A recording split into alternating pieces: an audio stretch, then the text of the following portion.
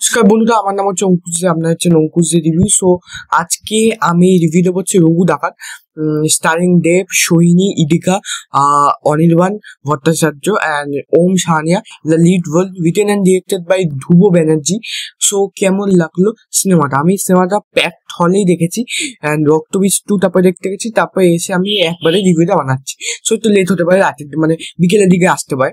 So গল্পটা আপনারা জানেন, রঘু ডাকাতে এটা ফুল অ্যাডাপ্টেশন না, ফিকশনাল করা হয়েছে, ফিকশন করা হয়েছে অনেকটা।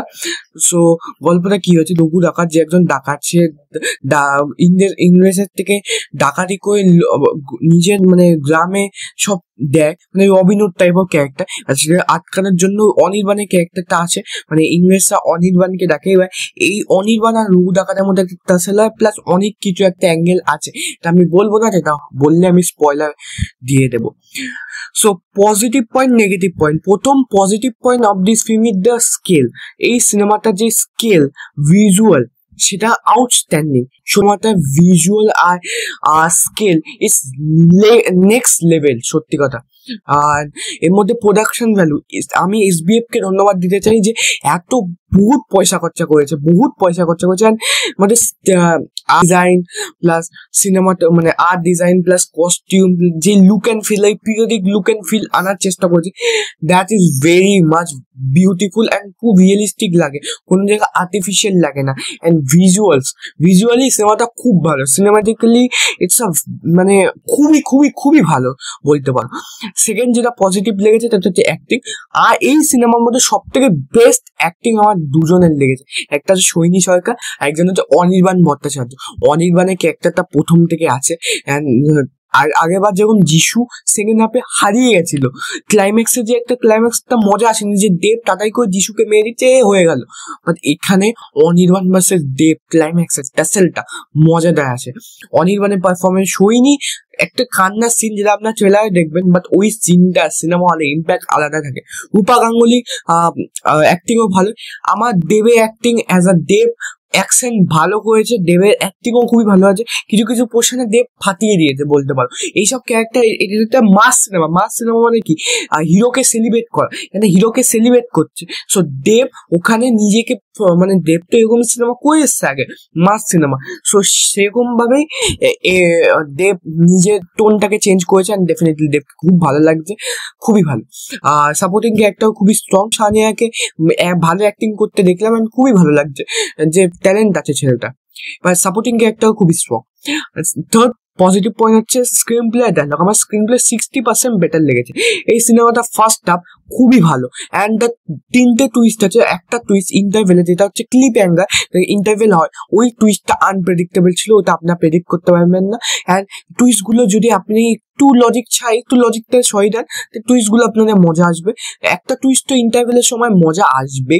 অ্যান্ড সিনেমাটা ফার্স্ট হাফ খুব কমেডি আছে, রোম্যান্স আছে, সো পুরো একটা মাস টাইপ প্রেজেন্টেশন করেছে। আর দেবকে যা যা ডায়লগস দিয়েছে, দ্যাট ওয়াজ টু গুড। দেবের ডায়লগস গুলো এই মাসি অ্যান্ড হাততালি আর সিটি পড়তে বাধ্য হবে। সো ডায়লগস ওয়াইজ আমার মোটামুটি ভালো লেগেছে। স্ক্রিন প্লের মধ্যে সেকেন্ড হাফটার মধ্যে আমার একটু প্রবলেম লেগেছে, যেটা আমি নেগেটিভ পয়েন্টে বলবো। ক্লাইম্যাক্সটা খুব ভালো, ক্লাইম্যাক্সটা আমার খুবই ভালো লেগেছে। আমি এক্সপেক্ট করছি অন্য কিছু, বাট হয়েছে অন্য কিছু, যাই হোক। বাট টুইস্ট গুলো ওয়ার্ক করেছে আমার জন্য, সত্যি কথা বলছে। প্রেডিক্টেবল দুটো তিনটে টুইস্ট ছিল, বাট অল দ্য ওয়ার্ক করেছে। কমেডি পোর্শন গুলো ওয়ার্ক করেছে। ওভারঅল আমার এঙ্গেজ করে রেখেছে। ফার্স্ট মুভমেন্ট তো আছে, দেবের টাইটেল কার্ড আছে। সাউথের সিনেমা যেরকম কুলি, লিও, বিক্রমে ছিল টাইটেল কার্ড, বিক্রমে না, গুড ব্যাড আগলি, হ্যাঁ সিনেমাটা ছিল। বা পাবন কালিয়ানা ডে কলিং ওজিতে আছে, এখানেও দেবের টাইটেল কার্ড, মেগা স্টার দেবের আছে। সো এই সিনেমাটা দেবকে সেলিব্রিটি করেছে অলদো। আর ফোর্থ পজিটিভ পয়েন্ট হচ্ছে এই সিনেমার মধ্যে VFX। আমি টেলায় বলেছিলাম যে VFX এর একটু প্রবলেম লাগছে, but SBF is a very professional, মানে প্রোডাকশন। তারা VFX CG কাজ দুটোই বেশ ভালোভাবে পলিশ করে দিয়েছে, আর খুবই ভালো লাগছে অলদো। নেক্সট পজিটিভ পয়েন্ট হচ্ছে এডিটিং। এই সিনেমাটা কিন্তু 2 ঘন্টা 30 মিনিট মনে হয় না, খুবই কম্প্যাক্ট এডিট করা যায়। এডিটিংটা যেটা খাদানে ইস্যু ছিল, এখানে এটা ক্লিয়ার করেছে, এটা আই থিঙ্ক খুবই ভালো। অ্যান্ড আমি যেটা বলতে চাই, মানে ক্যামেরা, নেক্সট পজিটিভ পয়েন্ট যেটা বলতে চাই হচ্ছে ক্যামেরা কাজ। ক্যামেরার কাজও খুবই ভালো। ক্যামেরার কাজের মধ্যে যে মানে ডিটেলিং একটা শর্টসে, মাস শর্টসে যেভাবে বিল্ড আপ দেবে, এন্ট্রিটা যেভাবে কেউ একটা ন্যারেট করছে আর দেবকে যেভাবে প্রেজেন্ট করছে, তারপর দেবে এন্ট্রি হচ্ছে। সো একটা ক্যামেরার কাজ ওটা ক্যামেরা একটা কাজ মানে কি সিনেমাটোগ্রাফি খুবই ইম্পর্টেন্ট থাকে এখানে, সেটা দেখা যাচ্ছে। নেক্সট যেটা পজিটিভ পয়েন্ট বলবো সেটা মিউজিক, বিজিএম রঘু ফার্স্ট হাফে তো পুরো রঘু বিজিএমটা ফাটিয়ে দিয়েছে। ফার্স্ট হাফে ম্যাক্সিমাম গান আছে জয়কালী, তারপরে ঝিলমিল লাগে, সব গান ফার্স্ট হাফে আছে। জয়কালী যেভাবে প্লেস করছে সেটা খুবই ভালো। অ্যান্ড সেকেন্ড হাফে রঘু গানটা যেভাবে মানে ওই মানে ওই টোনটা চেঞ্জ করেছে না, that was too good. So BGM এর কাজ এই একটা সিনকে এলিভেট করে। সাউথে আমরা দেখি অনিরুদ্ধ কি করে, একটা সিনকে এলিভেট করে বিজিএম দিয়ে, এখানে বিজিএম দিয়ে সিনটাকে এলিভেট করেছে। Specially climax and interval scene both are perfect. And দেবের এন্ট্রি সিনটা তো বলবেনই না, অনির্বাণের এন্ট্রিতেও একটা বিজিএম লাগিয়েছে, সোহিনী এন্ট্রিতেও একটা বিজিএম লাগিয়েছে।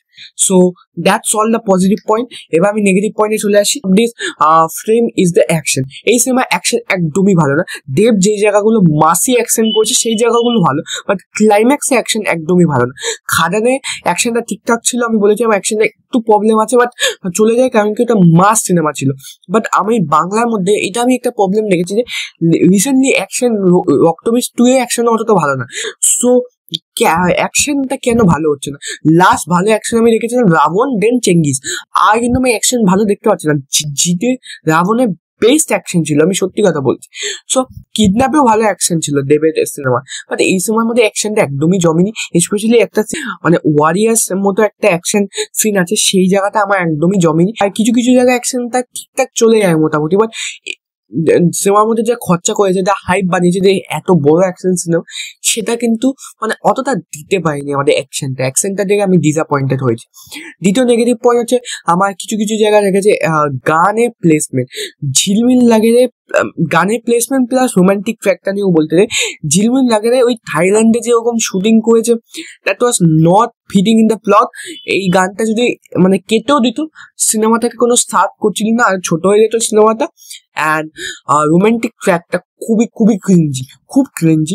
এরকম রোমান্টিক ট্র্যাক আই থিঙ্ক খুব মানে আমরা সিনেমায় দেখে থাকি এই রোমান্টিক ট্র্যাক। অ্যান্ড ইদিকার পারফরমেন্স আমার মানে খাদানে বেশ ভালো লেগেছিল, ওখানে একটা ক্যারেক্টার ছিল, বাট এখানে না শোপিস রাখা হয়েছে। আমার না ইদিকার ক্যারেক্টারটা খুবই ডিসঅ্যাপয়েন্টেড লেগেছে টু বি অনেস্ট। অ্যান্ড অ্যাক্টিংও ইদিকার ঠিকঠাকই করেছে, মানে খুব ভালো না অরিজিনালি বলতে গেলে। থার্ড হচ্ছে ডিরেকশন অ্যান্ড স্ক্রিন প্লের মধ্যে ইস্যু। এই সিনেমার মধ্যে সেকেন্ড হাফে বহুত প্রবলেম আছে। এই সিনেমার সেকেন্ড হাফটা স্লো ডাউন হয়ে যায়, সে কিছু কিছু জায়গায় ইমোশন যেগুলো দেয় সেগুলো ওয়ার্ক করে না।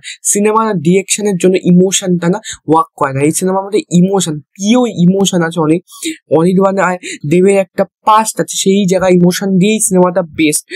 অলদো সেই ইমোশনটা ওয়ার্ক করে না। ওভারঅল ফ্যামিলি ডাইনামিক্সের যে ইমোশন সেটাও ওয়ার্ক করে না সিনেমার মধ্যে। সো ইমোশনগুলো এই সিনেমার মধ্যে একদমই ওয়ার্ক, অনেকটা ইস্যু আছে আমরা বলতে গেলে, সত্যি কথা বলতে। ডিরেকশন নেগেটিভ পয়েন্ট ছিল, বেশি ব্রেক ডাউন করবো না। ওভারঅল আমার সিনেমাটা একটা ভালো সিনেমা লেগেছে, মানে গুড সিনেমা, ভালো cinema, one time watch cinema লেগেছে।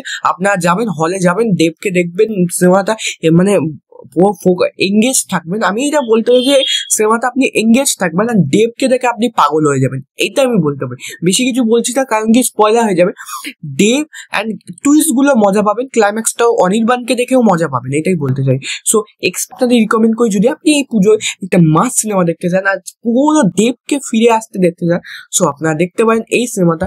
সো পুজো শুরু হয়ে গেছে, সবাইকে বলতে চাই পুজো ভালো করে কাটাম। বৃষ্টি হচ্ছে ভাই, অলদো মানে হালকা হালকা বৃষ্টি হচ্ছে, আর বৃষ্টি হয়েছে। ভালো লাগে লাইক কমেন্ট করবেন, শেয়ার করবেন, সাবস্ক্রাইব করবেন। Thank you.